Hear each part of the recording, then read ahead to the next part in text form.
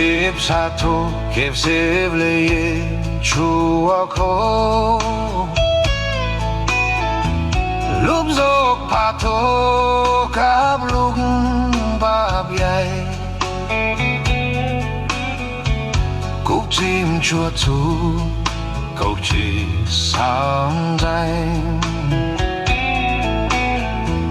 yêu rô lúc say đi bìm nung rác tí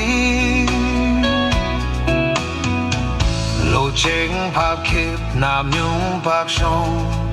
mốt chá bếp mốt kiếp chá rùa chua lúc rô yok bếp tục lúc chim rùa hay mu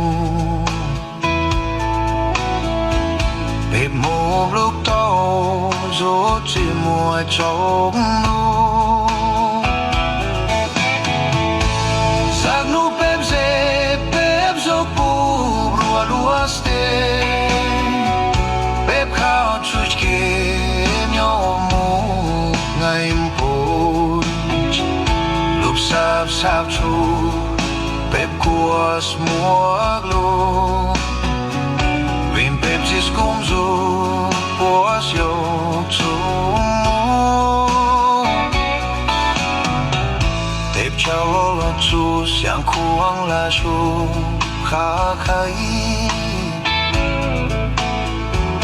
bố cha viêm na lá yao muôn tàu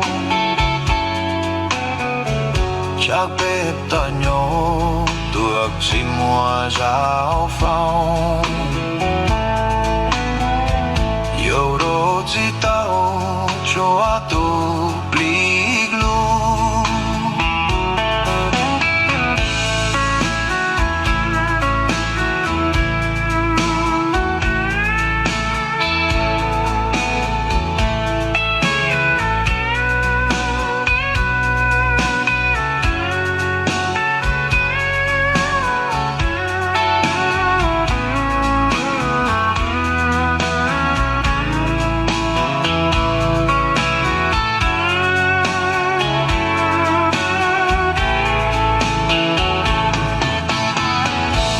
sa nu bếp se bếp so pu